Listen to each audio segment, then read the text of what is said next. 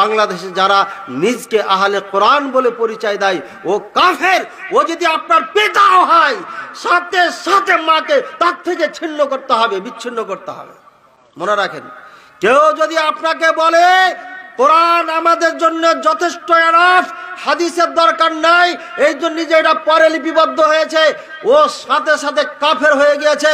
যদি ওটা আপনার পিতাও হয়, সাথে সাথে মাকে পৃথক করতে হবে, ওর সাথে ঘর সংসার করা 1 সেকেন্ডও জায়েজ নেই। একটু বলি, বিশেষ করে রাজশাহী অঞ্চলের বিভিন্ন জায়গায়, দারুসার, ডাঙ্গিরহাট, শাহপুর, এই সমস্ত এলাকায় তাদেরকে দেখা যাচ্ছে যারা বলছে আমি পড়াশোনা জানি না, 3 মসজিদের খতিব, তারা মানুষকে বিভ্রান্ত করছে। ক্লাস 9-এ পড়ে, এসএসসিতে পড়ে, ইন্টারে পড়ে, অনার্সে পড়ে, এরকম ছেলেদের ভিতরে সালাফি আকীদা থেকে দূরে রাখার একটি নতুন চক্র চালু করেছে।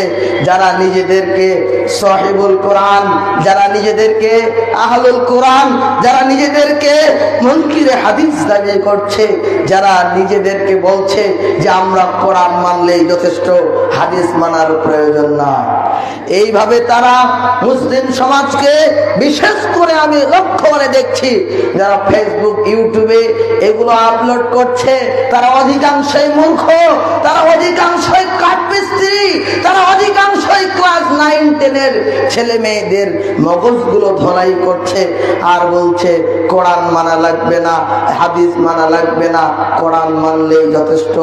ভাইরা আমার, যুগ যুগ ধরে এইভাবে বিভিন্ন ফিরকা ইসলামী শরিয়ার নামে, ইসলামী দলের নামে আবির্ভাব হয়েছে আর মুসলিমদেরকে দলে দলে বিভক্ত করেছে।